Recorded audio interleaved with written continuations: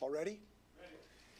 It was less than a year ago that the Supreme Court decided to threaten the right of choice in the United States. Since that time, we know that there are forces abroad in our land that are attempting to restrict that right in every way possible. And people need to know that the state of Washington is, and will always stand up for the right of choice in our state. And today we are announcing some major actions to protect this important right for the residents of the state of Washington. We wish this was not the case, but we have to recognize that there are forces abroad in legislatures and courts across the United States to try to take this right away from the women of the state of Washington, and that will not stand. So we are going to express a united voice today about actions we're taking to protect that emergency or that emerging national conspiracy that exists to try to take this right away from Washington women. We are defending this right every day in every way, and the first thing I will talk about today is to make sure that we maintain the ability to have access to mifepristone in the state of Washington. We know that this is a safe drug. It has been available for over 2 decades. It has been in customary use, and it has served its purpose to protect the health and a woman's right of choice in the state of Washington. Despite that, there is a real threat that a Trump-appointed judge in Texas could take action which could jeopardize the ability of Washington women to have access to this safe drug. That decision by a court could effectively end the manufacturing and availability of that drug for manufacturers. So we are not sitting idly by while that threat exists. We recognize in Washington that the price of a woman's freedom of choice is eternal vigilance. And our vigilance has led us to take actions that I will talk about today to maintain access for Washington women to this important drug.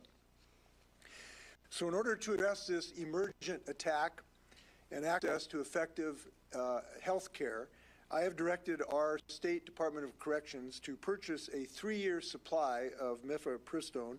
It's about 30,000 doses. The department is able to make this purchase using existing statutory authority. The purchase has been made, the shipment has arrived, it is in our possession, and the department is appropriately maintaining that safe supply. This acquisition of a 3-year supply was step 1 in our effort, but it is only a step 1. Step 2 is to authorize the department to distribute this medication to healthcare facilities and healthcare providers.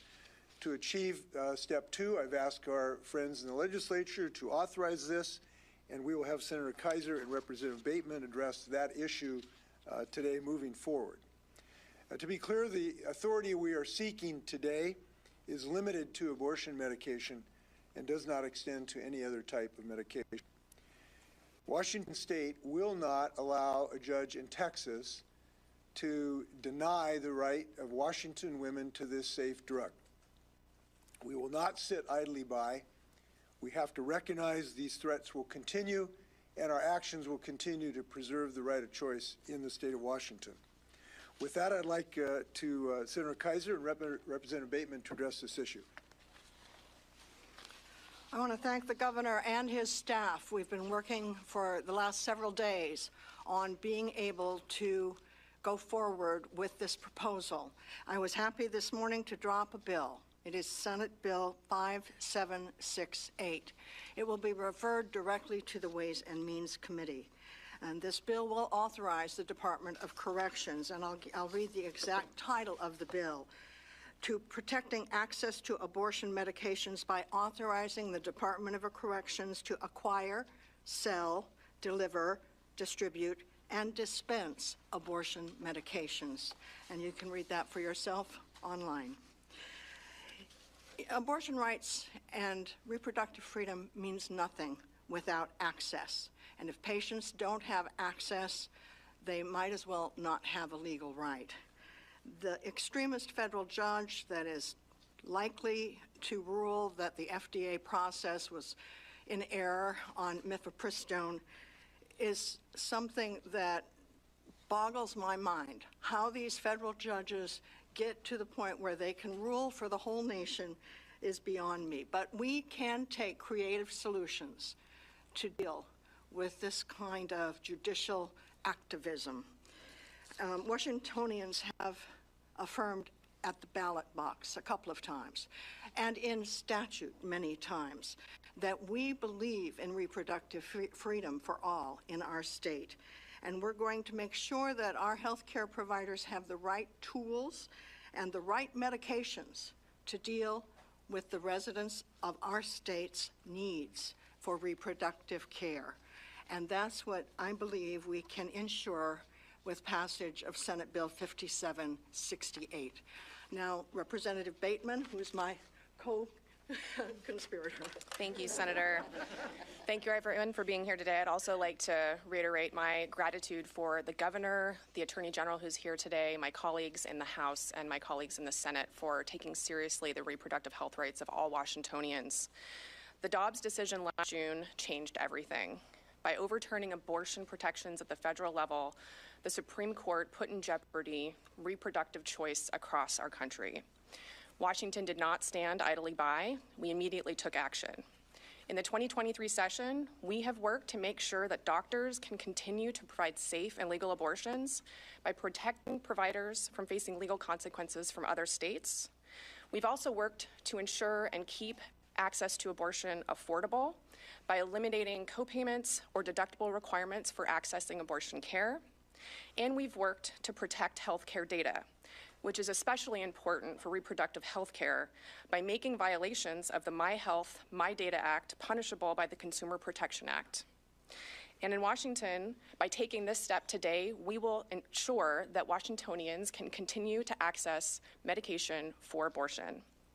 We know that abortion is health care, and we believe that every person has the right to access abortion, access the full spectrum of the reproductive health choices, and have their own right to their own bodily autonomy.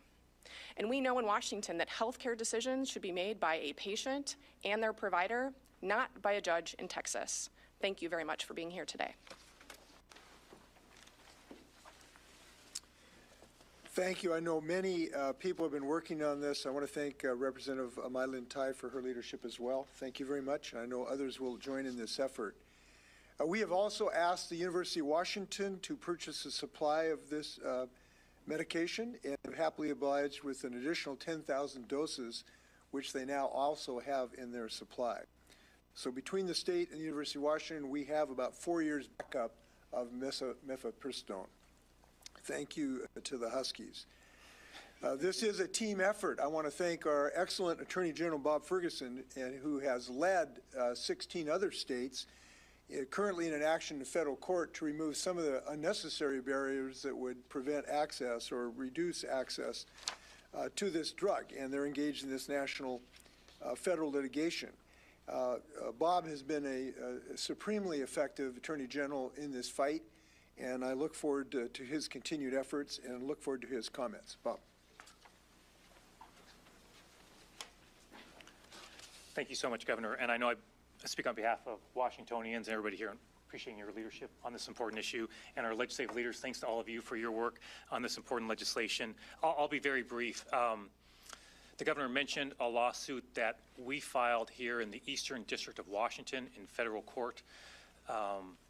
Think of it as sort of the opposite of what's going on in Texas. In Texas, anti-abortion activists are seeking, as has been mentioned, to ban mifepristone, not just in states where abortion is illegal, but even in states like Washington, where abortion is safe and legal. So they're seeking a nationwide ban on mifepristone, which is used in more than half of abortions. It's very, very common medication. It's been my feeling since the Dobbs decision came out that anti-abortion activists will not be satisfied with that decision. They will stop at nothing until they have removed every last vestige of reproductive freedom for Americans across the country, including individuals who live in states where abortion is safe and legal. And with that in mind, we have filed a lawsuit here to expand access to mifepristone. In a very short summary, mifepristone is one of only a few dozen drugs that have restrictions on its availability. So the FDA has made thousands and thousands of of medications available without restrictions. About 60 have restrictions, like fentanyl, highly dangerous drugs.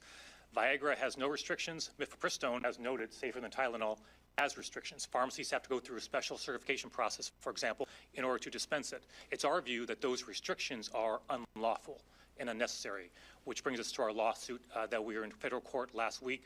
17 states have joined us. So again, we're seeking to expand access to mifepristone for Washington and those other plaintiff states. Kristen Beneski, who's here, argued that case last week. She's available afterwards if you have questions about that case specifically. But it's an important case, and we felt the hearing went well. And you know, our job, I think all of us collectively have made it clear that you know, the attacks on reproductive freedom are, you know, there are really not real words to capture it. Those attacks will continue, and so we need to do what we can as leaders of our state to make sure that the people of our state have the full range of reproductive freedoms. If that means adding thousands of this medication to make it accessible, that's important. If that means filing a lawsuit against the FDA to expand access, that's important, and we're going to continue taking these actions to make sure that Washingtonians have the health care that they need and that they want and that they deserve. Thank you very much. By the way, we have Senator Malka Dinger, who's been a leader in this effort. Thank you for your leadership. I just want to note, Bob is leading 17 other states. This is very typical for Washington State under his leadership to lead other states that have joined us in these multi-state lawsuits. It's just another case who's doing a great job for the state of Washington. You know, we were the first state to do this, to take this action. And this is consistent because we were our value system in the state of Washington. We value a woman's right of choice, and we were the first state in the United States to actually embed this by popular vote of the people at the ballot box. So it's appropriate that we are the first to take this action to protect access to a woman's right of choice, and we will continue in this. I want to note, too, that this is just one of the many attacks that we are suffering from people who want to strip this freedom of choice from women across the United States. And we have to understand they will come at us in multiple different ways. Now we are experiencing an effort for the anti-choice coalition to reach its tentacles into our state, and that will continue, including efforts to prevent people from traveling across state boundaries. This is something we've always enjoyed as Americans, to be able to travel from state to state. And we have to recognize that there is going to be a concerted effort to prevent women from being able to cross state lines, something they've always been able to do under the American Constitution. Unfortunately, I have to report that we currently are under assault from the anti-choice forces in Idaho, where a law is now pending, waiting the governor's action that would diminish the ability of people to cross state lines. They want to make it a crime that would affect Washington residents who happen to go into Idaho for any length of time. I'm deeply concerned about the impacts this law would have on Washington residents and Idaho residents. We have helped Idaho residents during the COVID emergency and treated them in our hospitals, and we now want to protect a woman's right to travel to Idaho without fear of repercussions and return safely. And we also care about Idaho women, too, who we are now treating and will continue to do so. This bill would damage that right of travel. It is a grave danger. Accordingly, this morning I'm sending a letter to the governor of Idaho urging him to veto that law, not allow this attack on a woman's right to travel in the United States to continue. We believe there is a constitutional right to travel for Americans across state lines. And this nation should not be balkanized by one state preventing any citizen of one state from traveling to another state under these conditions. And that right is under attack today from Idaho, and we assume other states will follow. So we think it is a gross abuse of this right to travel, and we will continue to take actions to guard against that. I do want to note that these are not the only two actions we're taking. We also have a SHIELD law Representative Drew Hansen is leading that will shield Washington women from attacks trying to use the Washington judicial system to steal this right. And we look forward to that bill getting to my desk. We're also moving forward to protect a woman's right of privacy so that people don't use databases to be able to take away that right of privacy. So, big action today.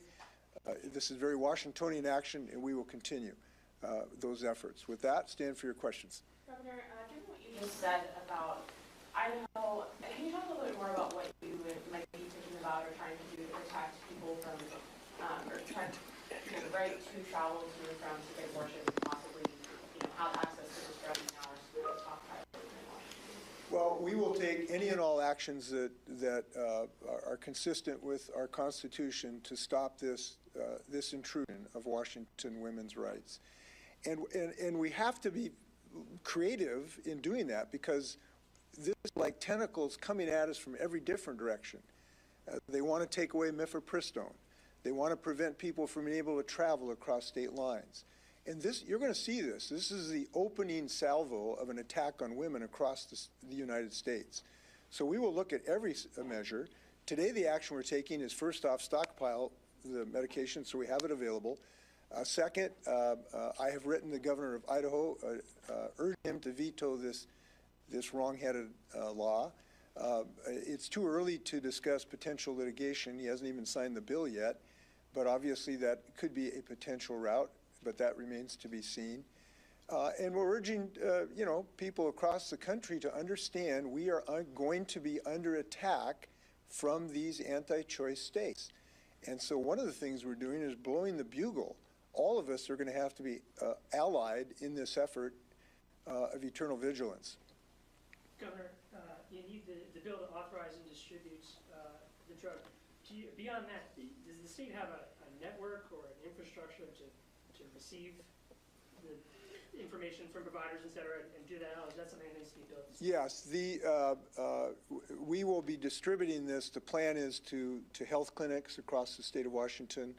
We have the mechanisms for doing that. That's not a problem. We just need a bill to make sure that there's no question about the statutory authority of Department of Corrections to actually distribute that product through that mechanism. So we will be confident in our ability to do this. So to be clear, so the 30,000 doses will remain in possession of the Department of Corrections or the Department of Health? Corrections. But we need authority to distribute it through this mechanism. Consequences for these clinics and healthcare providers in the event that they distribute the abortion pill and then the judge in Texas revokes. What happens then if those providers leave our state? Are they at risk? Is there some sort of legal jeopardy or concern? We hope that is not the case, but we were ahead of the judge in this. That's why we did this. We have the product. It's legal. We took it legally. The judge has not barred our ability to do that. The judge is attempting to stop the manufacture of this product. Well, we have the drug. It's been manufactured. So we have that.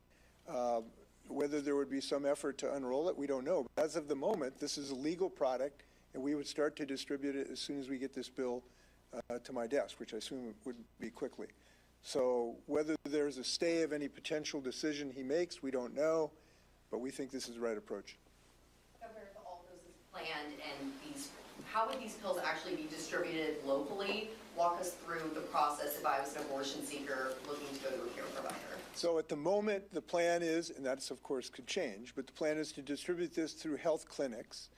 And so you would find a health clinic, a health care provider, and they could distribute, the product would go to you, subject to a prescription authority. And not that much different from a different way to get it. But it needs to go through the Department of Corrections because of the unique prescribing authority that they have under existing law, which they already have. So they are entirely legal to acquire the product today, consistent with state and federal law. We need this to be able to distribute this in an easy fashion to patients. So if I was a care provider, then I would just reach out to the DOC and then request. Well, you might actually, your first call goes to your clinic, wherever you could get your call, and then it is distributed. Governor, what is the cost of this purchase, and is there an expiration date? How long? I have that answer. If someone wants to hand me my fact sheet. $1,275,000. $1,275,000. according to Senator Kaiser. I've got a fact sheet. If somebody can hand me my fact sheet, Yep, please. that's what it says. Yeah. And how long is the supply expected to last? Is there an expiration date? So on we think about 4 years supply between the Department of Corrections and the University of Washington. With quality? Like, sometimes oh, I haven't been alerted that there's any shelf life issue on this at the moment. How does the supply compare to the demand? So if you're going to look at how often medical abortions are happening in our state, how far does that? So we purchased 30,000 pills. There's an additional 10,000 at the University of Washington. We paid $1.275. The cost is $42.50 per pill.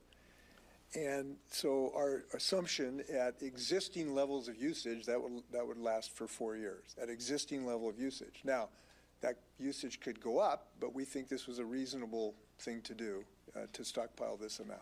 And the 1.275 is the cost just that the state is spending? That's Correct. not how much UW is paying? Correct. Okay, and can you talk a little bit about the reasoning behind the number of doses? I mean, why a 3-4 year supply? Why was that the target? Well, for one reason, in some sense, litigation may take that long to clarify this situation to some degree. So we think it is a reasonable time period, a cushion for us, and we'll move forward from there. Governor, do you know if other states are stockpiling as well? So I'm told we are unaware of any other state taking this position. There may be others, it's possible, but we are unaware of any taking this position. Governor, at this point, it's still legal, so clinics can operate and buy, so you may not need this to tap into the supply right away, right? Is that your anticipation? That's possible, and if the judge made a different decision, we may not need it. But this is an insurance policy that is a very important insurance policy, and knowing the predilections of Trump-appointed judges, we are seeing time and time and time ago Trump-appointed judges are disrespecting women's right of choice. So better be prepared. Just one more second, let me do Jerry. I'll be right to you. Could the Attorney General comment on your lawsuit and the one in Texas, and how those two interplay, and whether the U.S. Supreme Court is ultimately where it should be? Because it would seem the issue of legality may be months, not days, away from being resolved. Sure. I mean, there's no short or easy, obviously, Jerry, on that. So I guess what I would say is that at a high level, obviously you have two different federal lawsuits in two different jurisdictions. And so the potential is there for two decisions from those judges that are, in effect, contrary to one another. In other words, one judge in Texas could potentially say, hey, I'm issuing a ban on mifepristone nationwide, and a judge in Washington State on behalf, in a case with 17 other states, right, saying, no, not only is it available, you've got to expand access to it. And so a lot depends on how those orders are written, of course, as you might imagine. But I think it's fair to say there is a possibility where you would have essentially two sets of rights in terms of access to mifepristone. That potential is there. In the plaintiff states in our case, if the judge goes our way, they would have not just access but increased access, and potentially if the Texas judge issues a different ruling in those remaining states, those individuals may not have access at all. You know, what happens from there, appeals and potentially to the U.S. Supreme Court, that's all potential, but that's frankly, to the judges, or to the governor's point, that could be a ways down the road before those issues ultimately get resolved in the federal court system. So it's premature to say. We're focused on our litigation. We feel we have good arguments on this one, but it's a little tough to speculate too much on how this might play out. But the potential is there for two different rulings that essentially compete against each other. That is fair to say.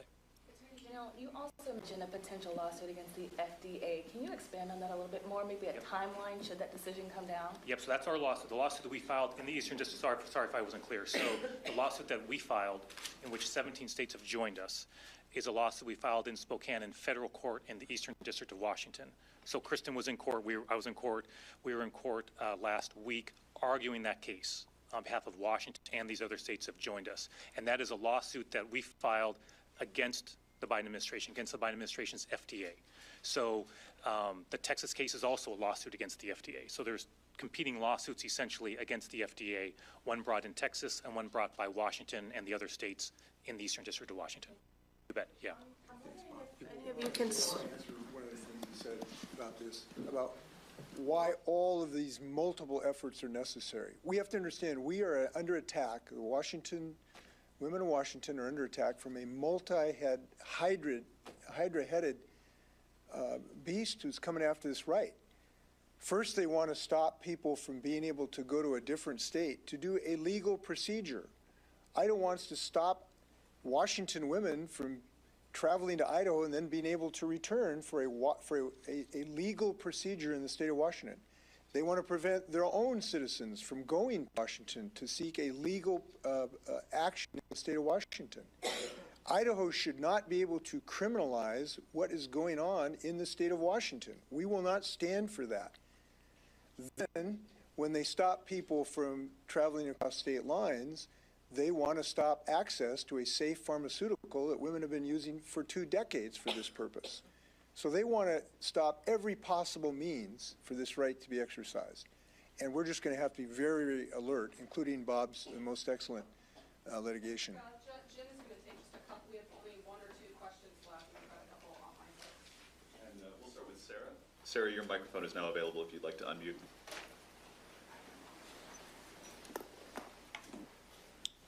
Sarah, who are you with? Sarah's with NPR. Sarah, can you hear me? Okay, can you hear me now? Yes, go ahead, Sarah. Sorry, it took me a second. I just wanted a little bit more detail about the distribution question, which I know you were already asked. You said it's going to health clinics. Are you talking public and private health clinics? Will they have to take any additional steps to request the medication? Can you tell me anything more about how that will actually roll out? My understanding is we could use both public and private as soon as this bill passes. Again, the Department of Correction has existing authority to purchase and possess this product under Washington law and existing federal law. All we need is an additional way to deliver it through prescription authority through the normal channels. So what I'm anticipating, it will be delivered through normal medical systems, both public and private. That's the current plan. Great. Shauna Silversby with McClatchy has a question. Shauna, I have allowed your mic so you can unmute yourself and ask a question. Shauna. Shauna, who are you with? After you unmute. Can you hear me? Yes. Okay, sorry about that. I'm with McClatchy. I just had a question about the other abortion drug that is needed for abortions, misoprostol. I apologize if I mispronounced that. But I'm just wondering, are there any concerns about future access to that drug as well? And if so, are there any talks yet to secure a larger supply of that medication for Washingtonians? At the moment, we have not assessed a risk that would justify some abnormal purchase. So it's a mifepristone that we believe there is a real risk at. We got a wrap. With that, I want to thank yes. Sorry, Governor, are women coming from out of state, will they be able to have access to this stuff? Or is it just Washington? Yes, people in the state of Washington legally would have access to this product. And then is there taking account that women from other states will likely be coming to Washington? So we in our purchase, we had a prediction of roughly the same level we've used. Now, if that happens, the stock would not last as long. Okay, but this is roughly our best assessment of what we can do, and we thought it was appropriate to buy enough to take care of the people in the state of Washington. But we will serve others if they come. With that, be well, and let's preserve the right of choice everywhere, including the state of Washington. Thanks very much. Thank you, Governor. Thank you, Karen.